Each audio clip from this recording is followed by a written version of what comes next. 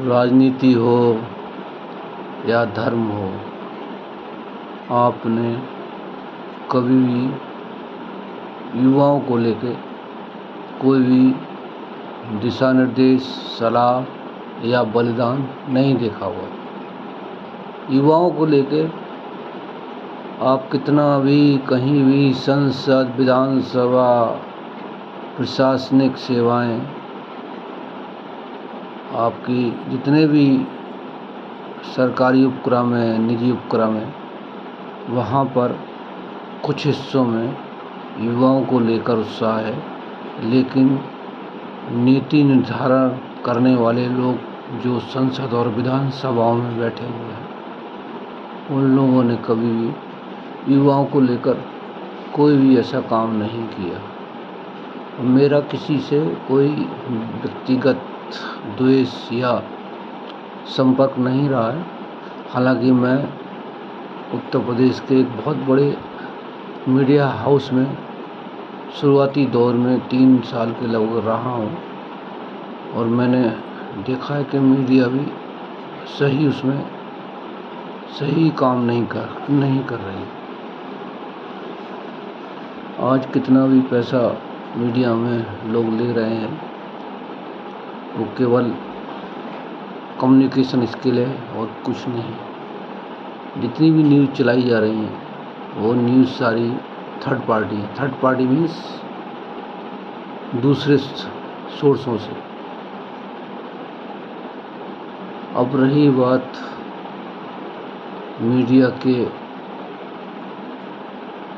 Media के हस्तक्षेप की, तो मीडिया का हस्तक्षेप केवल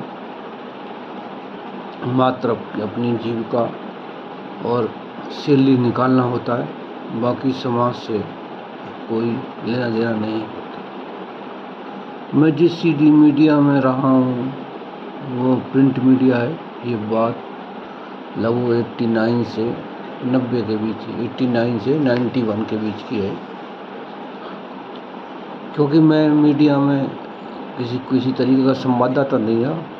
मैं कैशियर का काम करता था, तो चीफ मुख्य संपादक, संवाददाता या अन्य प्रकार के जितने भी लोग थे, वो मेरे लगातार संपर्क में रहते थे। इसलिए मेरा मीडिया से लगातार 2.5 साल के लगभग संपर्क रहा। आज इलेक्ट्रॉनिक मीडिया आने के कारण कुछ चीज़ें बदली हैं, लेकिन वो सभी सत्यता पर आधारित नहीं है। मार्केट के कारण बहुत से चैनल दब गए हैं, लेकिन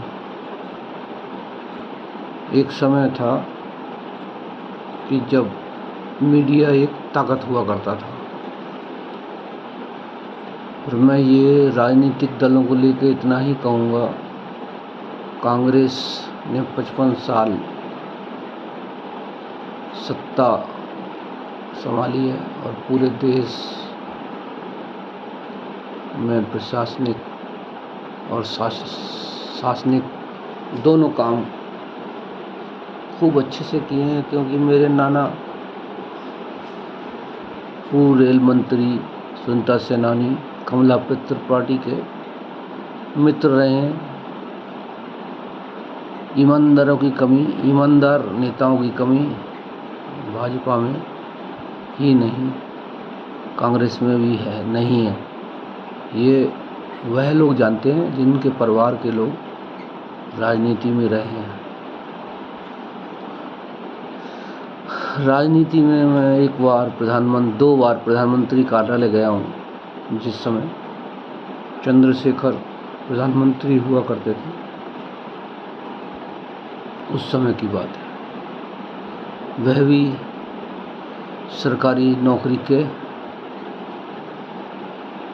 कारण, क्योंकि उस समय राजनीति की अनुशंसा पर बहुत सी सरकारी नौकरी मिल जाती थी। इस कारण मैंने वहाँ लिया, लेकिन मुझे संतुष्टि मिल भी गई, लेकिन मैं घरेलू कारणों से नहीं जा सका। आज पूरा सरकारी नौकरी का पूरा रूप बदल गया है। सारे भर्ती रोड सभी तरह के शिकंजा पूरा सरकार का है। यानी कि अब कोई भी सांसद, मंत्री, प्रधानमंत्री कोई भी हो, लेकिन वो अनुशंसा से नौकरी नहीं दे सकता। पहले था, ये कांग्रेस के टाइम में था। मेरे मामा हैं एक, वो उत्तर प्रदेश पावर कॉर्पोरेशन के चीफ इंजीनियर रहे हैं। उन्होंने अपने 2 छोटे भाइयों को उत्तर प्रदेश सरकार में बिजली विभाग में, जो उनके अंतर्गत आता था, उसमें नौकरी भी दी। मैं उस समय छोटा था, क्योंकि मेरी उम्र लगभग रही होगी 14 से 15 साल। मेरे मामा अब रिटायर हो चुके हैं उत्तर प्रदेश पावर कॉर्पोरेशन से। लेकिन मेरा कहने का अर्थ इतना है, सरकार कोई भी रहे, सरकार का काम नौकरी देना नहीं है। ये सभी हर युवा को समझ लेना चाहिए, क्योंकि ये बहुत बड़ा विवाद का विषय बन गया है। विपक्ष में होने का अर्थ ये नहीं है कि आप बेरोजगारी का मुद्दा उठाकर, विषय उठाकर संसद में आप युवाओं के कभी हीरो नहीं बन सकते, चाहे वह विपक्ष हो चाहे वो पक्ष हो। कारण, क्योंकि आपने संसद विधानसभा में किसी भी युवा को सदस्य के रूप में नहीं भेजा है, और फिर वह किसी भी जाति संप्रदाय का हो। क्योंकि आप सभी दलों ने, लगभग सभी दलों ने, राजनीतिक दलों ने युवाओं को जाति के एक भंवर जाल में उलझा दिया है। लेकिन आज तक किसी भी राजनीतिक दल ने किसी युवा को संसद, विधानसभा, राज्यसभा, विधान परिषद कहीं भी नहीं भेजा। एक युवा, एक सरकार को, सत्ता पक्ष को, विपक्ष को ये विषय गंभीरता से लेना चाहिए। हजारों विधानसभा सदस्य हैं पूरे देश के अंदर, 1000 के लगभग संसद सदस्य हैं। कुछ संसद सदस्य से हैं जो 15-15 साल से संसद में बैठे हुए हैं, लेकिन वो अपनी जातीय समूह से बाहर नहीं आ पाए। जो दलित था वो आज भी दलित है, जो सवर्ण था वो आज भी सवर्ण है, जो पिछड़ा था वो आज भी पिछड़ा है। फिर आरक्षण का लाभ क्या हुआ? आरक्षण का कोई लाभ तो हुआ नहीं, क्योंकि कम से कम इस समय हजारों युवा पेंशनर होते, और राजनीति का अर्थ मात्र संसद होना, विधानसभा सदस्य होना, राज्यसभा सदस्य होना, विधान परिषद सदस्य होना ही नहीं है। क्योंकि सरकार कोई भी रही हो, सरकार कभी भी रोजगार संपूर्ण युवा पीढ़ी को नहीं दे सकती। कहीं ना कहीं वेतन में, शिक्षा में आपको समझौता करना पड़ेगा, समझौता करना पड़ेगा। क्योंकि आज भी तकरीबन 60% ऐसे शिक्षित लोग हैं, विशेषकर व्यावसायिक रूप से जो शिक्षित लोग हैं, उनके बेसिक कंसेप्ट क्लियर नहीं है। ये मैंने खुद देखा है। तो मैंने कुछ बीटेक बुलाए थे उत्तर प्रदेश के जनपद से 14। सैलरी जो स्टार्टिंग होती है 14 से 18-19 तक, लेकिन उन लोगों की बेसिक कंसेप्ट ही क्लियर नहीं है, क्योंकि मैं मीडिया के अलावा 15-16 साल इलेक्ट्रॉनिक्स इंडस्ट्री में रहा हूँ। इलेक्ट्रॉनिक्स मतलब मैन्युफैक्चरिंग इंडस्ट्री में रहा हूँ, और वन मैन आर्मी कंपनी थी, और भर्ती से लेके सब कुछ मैं देखता था उस समय। तो कहने का अर्थ ये है, शिक्षा का मतलब ये नहीं है कि आप पूरी तरह रोजगार के लिए परिपक्व हैं। सरकारी स्तर पर जो हुआ है वो दिखाई दे रहा है। लोग सरकारी नौकरी लेने के बाद काम करना नहीं चाहते। आज भी बहुत से विभागों में स्थिति है कि व्यक्ति ऑफिस नहीं आया, एडवांस में एप्लीकेशन उसके अधिकारी के पास पड़ी हुई है। कोई अधिकारी आ गया, औचक निरीक्षण कर लिया, तो वह एप्लीकेशन वो अधिकारी दिखा देता है, और चीज़ें ना सरकार को पता चलती हैं ना उच्च अधिकारियों को। और ये हालत यही नहीं है, सब लगभग देश के सभी राज्यों में है। क्योंकि मैं उत्तर प्रदेश से हूँ, उत्तर प्रदेश की समस्याओं को बहुत निकट से देख रहा हूँ। विशेषकर पश्चिमी उत्तर प्रदेश में बहुत हालत ख़राब है। राज्य सरकार से या मुख्यमंत्री से या पूर्व मुख्यमंत्री से मुझे कोई शिकायत नहीं, कि जितनी समस्याएं हैं वो स्थानीय स्तर पर हैं। एक तरफ से मैं बोल सकता हूँ कि स्थानीय स्तर पर सांसद, विधायक,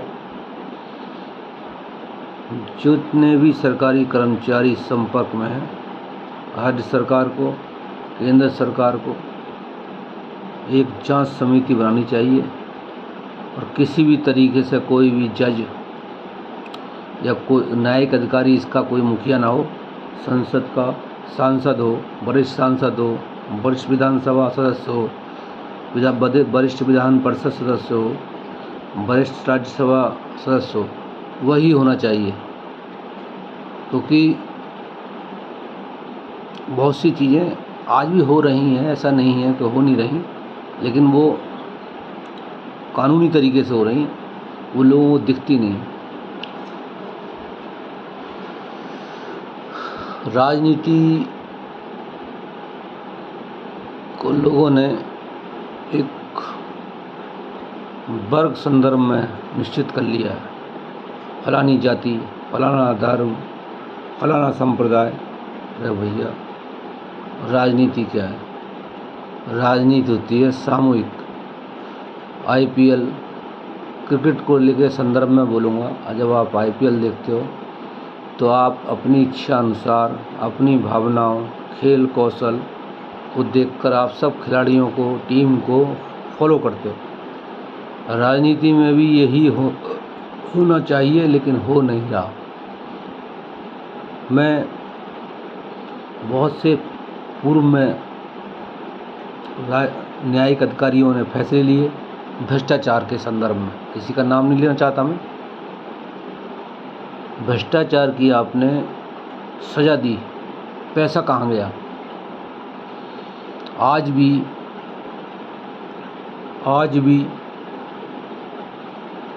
से भी अगर आप कोई भी विधानसभा सदस्य, संसद सदस्य, मंत्री की अगर सैलरी 15 साल से भी वो सांसद है या मंत्री है, अगर उसकी सैलरी को कैलकुलेट करो तो वो हजार करोड़ में बैठी हो, 1000 करोड़ वो अर्न कर ही नहीं सकता।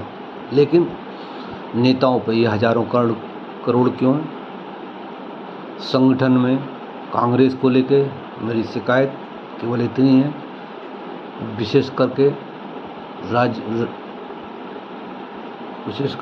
राहुल गांधी, प्रियंका गांधी, सोनिया गांधी, और बाकी तो कांग्रेस में सब अपने हिसाब से चलते हैं और 10 जनपद के हिसाब चलते हैं। लेकिन कांग्रेस ने सबसे बुरा काम किया है शशि थरूर जैसे योग्य व्यक्ति को पीछे करना। मल्लिकार्जुन खड़गे आप राजनीति के लिए दलित करते हो, लेकिन खरगे से खुद पूछा जाए कि आपके पास हजारों करोड़ रुपए हैं, आपने किसी दलित की कोई सहायता की? आज भी हजारों दलित हैं जो वंचित हैं। डॉक्टर अंबेडकर ने इस संविधान की स्थापना वंचितों के लिए किया था, ना कि दलित और पिछड़ा मानकर। वंचित। मोदी सरकार ने सबसे अच्छा काम किया है कि सवर्ण जो विभिन्न तरह की सामुदायिक राजनीति करते हैं, मोदी सरकार ने उन सवर्णों में जो गरीब हैं, सारे सवर्ण अरबपति नहीं हैं, 90 तुले सवर्ण हैं, 90 तुले दलित, 90 तुले पिछड़े, वो राजनीति को चला रहे हैं। लेकिन राजनीति कौन कर रहा है? वही लोग जिन्होंने पैसा इकट्ठा किया है। मेरा न्यायिक अधिकारियों से केवल इतना विनम्र प्रार्थना है कि सज़ा दें भ्रष्टाचार की, लेकिन वो पैसा भी रिकवरी करें ना। पैसा कहाँ गया? चारा घोटाला, लालू प्रसाद यादव, एक मुख्यमंत्री की गरिमा होती है। शिक्षा, आप शिक्षा की बातें करते हैं। पिता लालू प्रसाद यादव, मैं ये मानता हूँ शुरुआती दौर में एक जननायक यानी पब्लिक का आदमी, जो उनकी भाषा शैली, व्यवहार शैली है, वो एक आम आदमी की थी। लेकिन भ्रष्टाचार और राजनीतिक व्यवस्था के चलते पूरे बिहार का सर्वनाश करके, और आज भी वो राजनीति में संलिप्त हैं, उनके परिवार संलिप्त हैं। किसी भी न्यायिक अधिकारी ने, किसी भी सांसद ने, किसी भी आरजेडी की व्यक्ति ने ये प्रश्न उठाने की कोशिश नहीं की कि भाई वो हजारों करोड़ जो रखे हैं वो पार्टी में ट्रांसफ़र कर दो। आप अपना उतना पैसा रोको जितना आपने संसद से, विधानसभा से, मंत्री पद से आपने अर्न किया है। लेकिन ऐसा नहीं है। ये धूर्तता क्यों है? पैसा कमाना है तो व्यापार करो। व्यापार आप करोगे नहीं, आपने राजनीति को व्यापार बना दिया। प्रधानमंत्री मोदी के साथ केवल एक ही कारण है, मेरा अडिग रहता हूँ और कोशिश करता हूँ कि उनके जैसे ही कार्य करूँ। मैं पिछले 1 साल से कैश यूज़ नहीं किया, मैं कैश यूज़ नहीं करता। लेकिन सभी से इतना कहूँगा, आज भी बहुत से व्यापारी हैं जो डिजिटल ऐप को रखना पसंद नहीं करते। अभी कुछ दिनों पहले मैं हरिद्वार गया था, कनखल। वहाँ पे एक वर्ग विशेष है, दुकानदार छोटे हैं। जब आप डिजिटल क्रांति के दौर से गुजर रहे हैं तो आपके पास सुविधाएं होनी चाहिए। आप सरकार को पैसा दिखाना क्यों नहीं चाहते? पता चलना चाहिए सरकार को पैसा कहाँ से आ रहा है, कैसे जा रहा है, कहाँ जा रहा है, कितना मुनाफा है, ये सरकार को पता चलना ही चाहिए।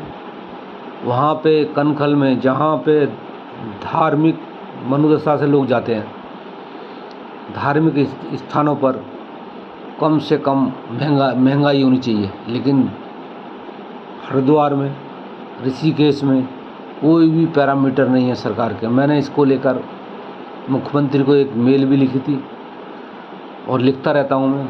उत्तराखंड को, महाराष्ट्र के मुख्यमंत्री को, दिल्ली के मुख्यमंत्री को, उत्तर प्रदेश के मुख्यमंत्री साहब ने मेल आईडी ना रखना ज़्यादा बढ़िया है, क्योंकि कोई रिप्लाई नहीं आता। और उत्तर प्रदेश में सबसे ज़्यादा परेशानी है बड़े शहरों में। जैसे मैं गाज़ियाबाद में रहता हूँ, यहाँ बहुत से बिल्डर काम कर रहे हैं, मुख्यमंत्री का कोई पकड़ नहीं है।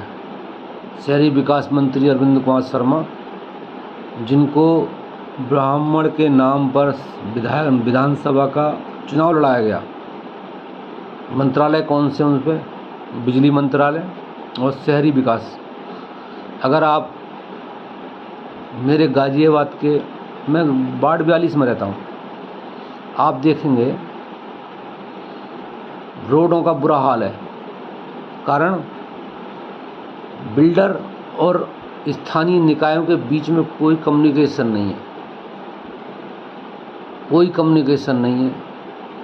3 साल मुझे इस वार्ड में रहते हुए हो गए, कोई भी ना डीएम का पता है, ना एसडीएम का पता है, ना सिटी मजिस्ट्रेट का पता है, क्योंकि मैं अखबार में रहा हूँ और मैं अखबार में लिखवाता रहता हूँ क्षेत्र के बारे में, क्योंकि मैं चीज़ें देख रहा हूँ।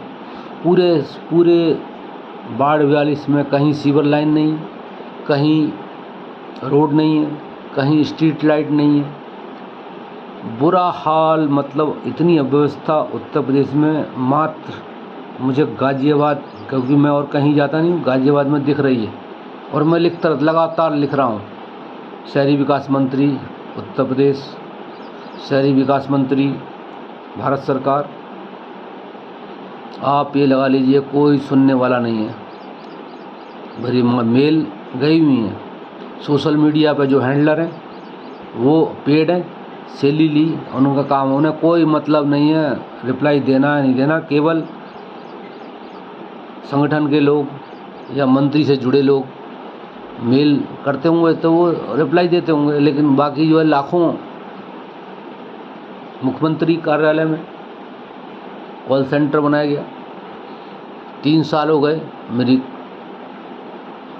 शिकायत रजिस्टर्ड है, कोई रिप्लाई नहीं है। जो लोग इस चीज़ को हैंडल कर रहे हैं उनको ये पता ही नहीं है ये कहाँ हैंडल होगी, क्योंकि मैं मीडिया में रहा हूँ, मुझे पता है डीएम के पास कितने अधिकार है। लगभग 70% गाज़ियाबाद बिना हाउस टैक्स के चल रहा है। पैसा देगा कौन? केंद्र सरकार क्यों पैसा दे? आप अपने रिसोर्सेज पैदा करो। गरीब यहाँ इस व्यक्तिगत रूप से गाज़ियाबाद में गरीब नहीं है गरीब।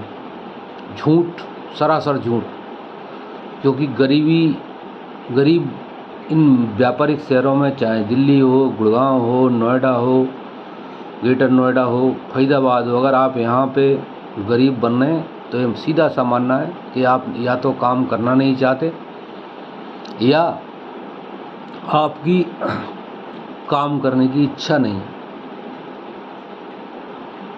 सीधी सी बात ये, राज्य सरकार संगठन का मतलब ये नहीं होता कि आप जो है स्थानीय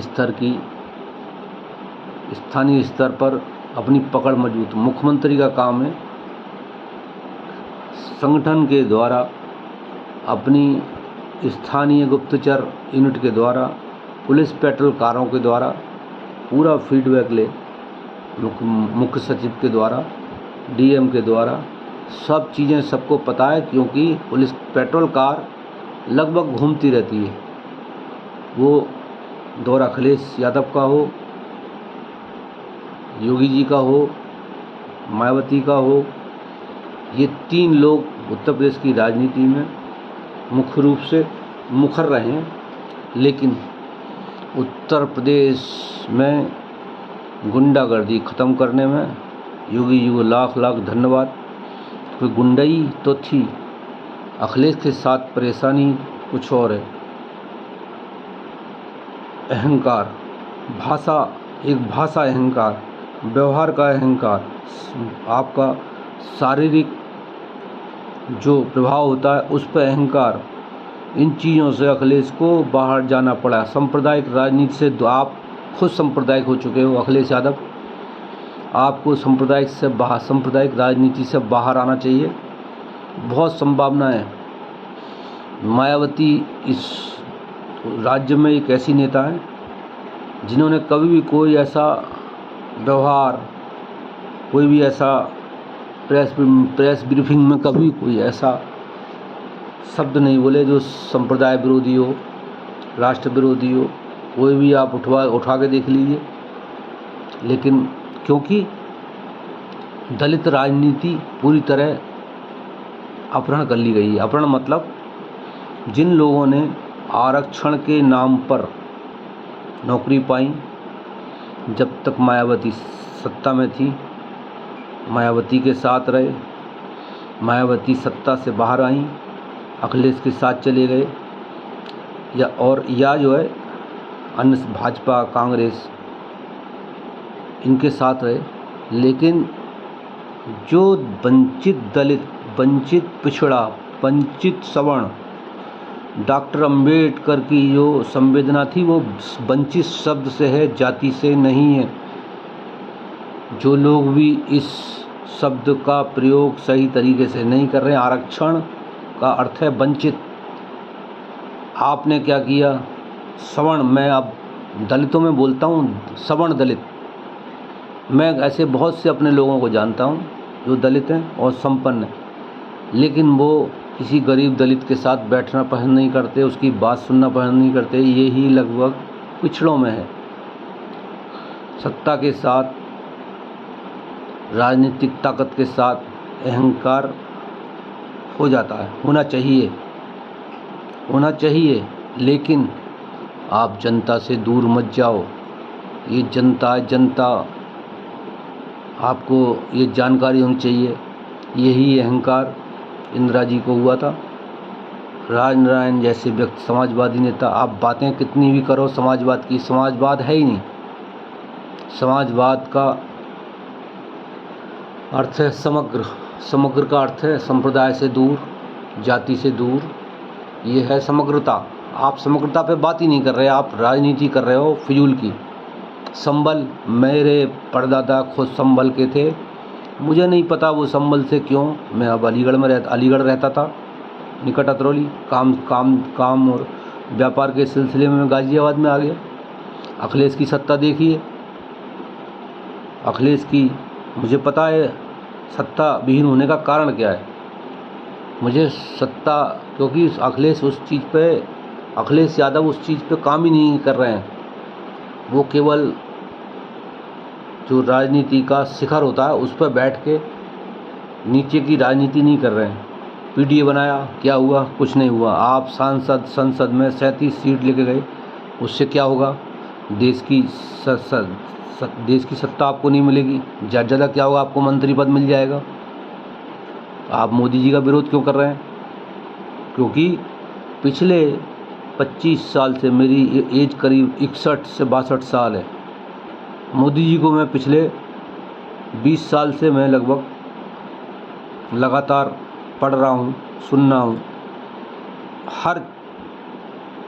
हर व्यक्ति को, हर सांसद को, विपक्ष को, नेता को चुनौती दे रहा हूँ, एक आम आदमी। आप मोदी जी पर भ्रष्टाचार का आरोप लगाओ और सिद्ध करो, क्योंकि आप नहीं कर पाएंगे। मैं कह रहा हूँ आप नहीं कर पाएंगे, क्योंकि कांग्रेस वो कर चुकी है। कांग्रेस को मैं एक राजनीति नहीं मानता, वो एक सिंडिकेट है। सिंडिकेट का मतलब उसके अंदर वही लोग हैं जो भ्रष्टाचार में लिप्त लोग हैं। कांग्रेस की दोस्ती लालू के साथ, कांग्रेस की दोस्ती समाजवादी पार्टी के साथ। सबसे अच्छा काम किया है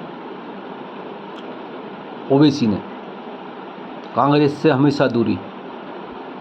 केजरीवाल, आप लोग कुछ भी समझो, केजरीवाल कांग्रेस सिंडिकेट का ही सदस्य था।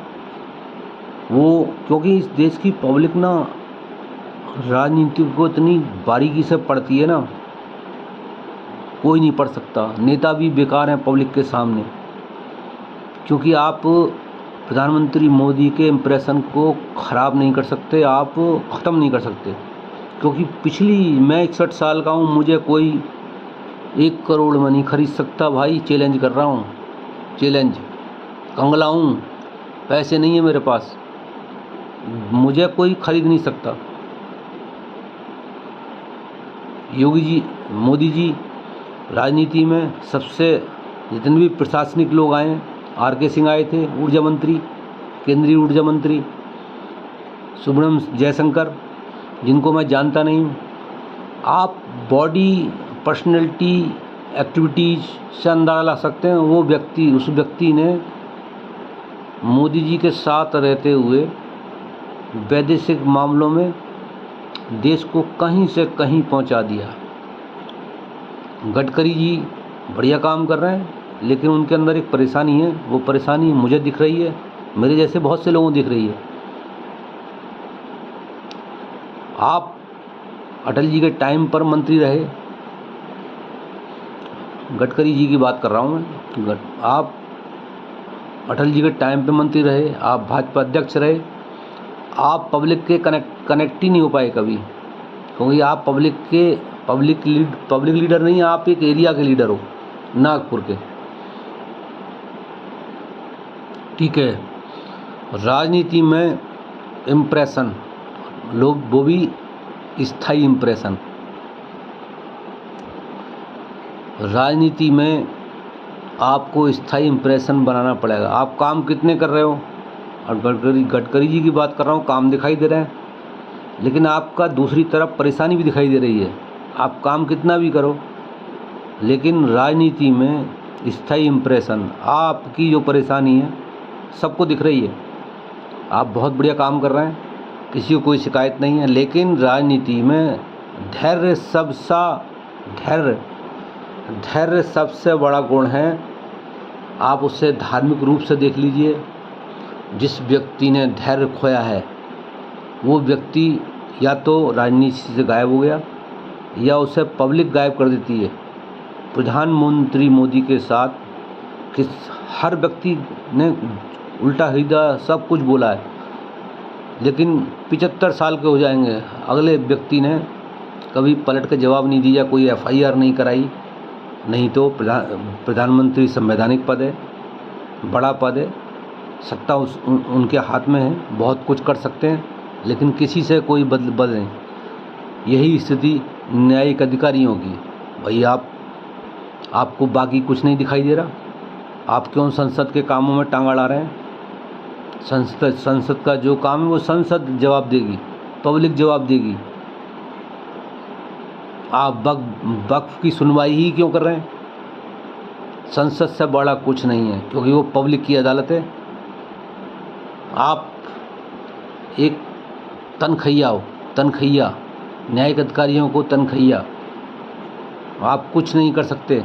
संसद से बड़ा कुछ नहीं है, विधानसभा से बड़ा कुछ नहीं है, क्योंकि पब्लिक है 140 करोड़ आबादी द्वारा, चाहे वो विपक्ष में चाहे वो सत्ता में।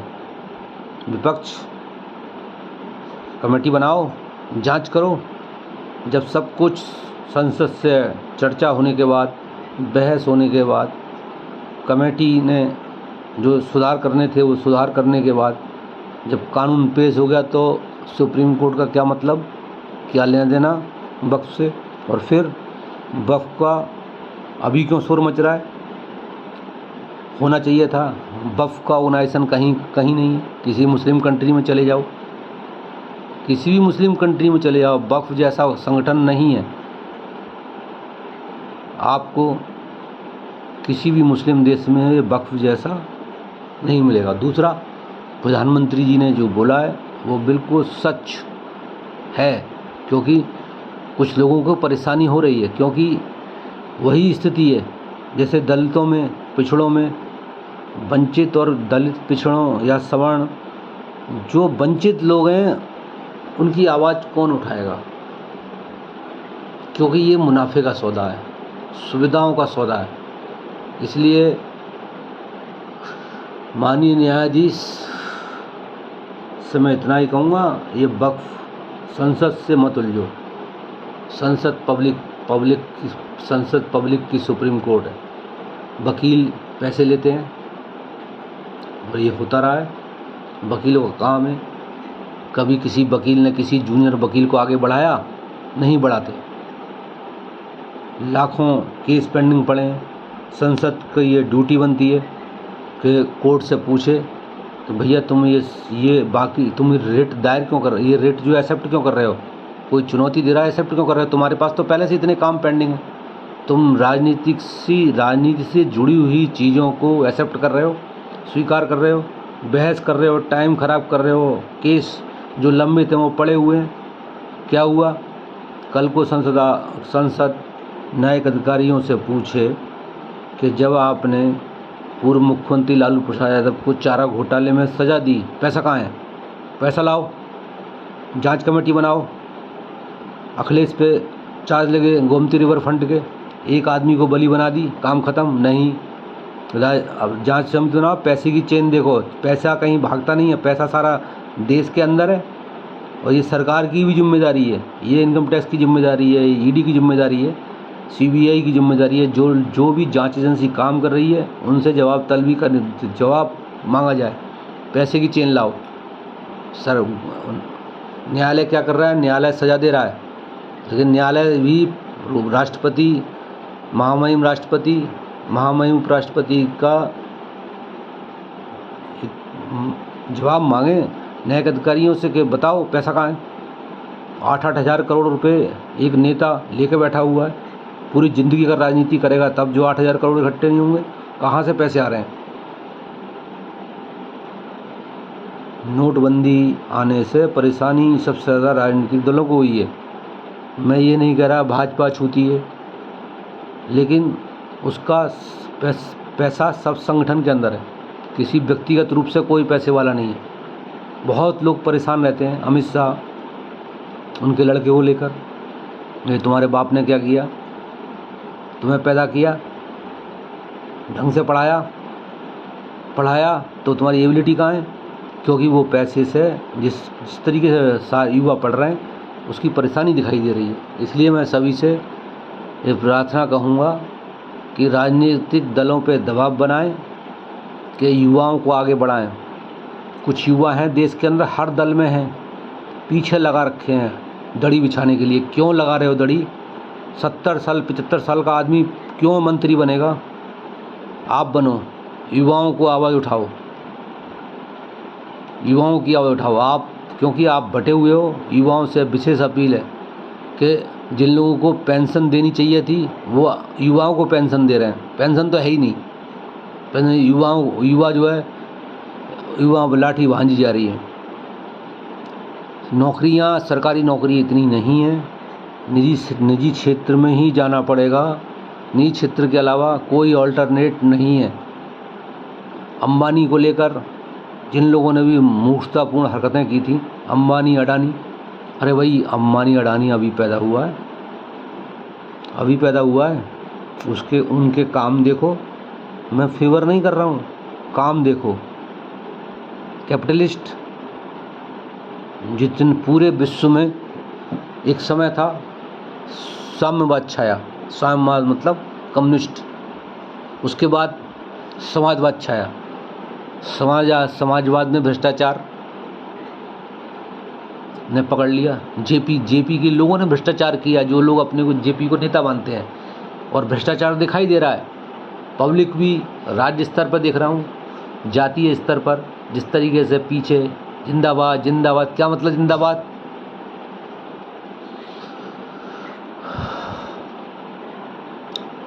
धन्यवाद।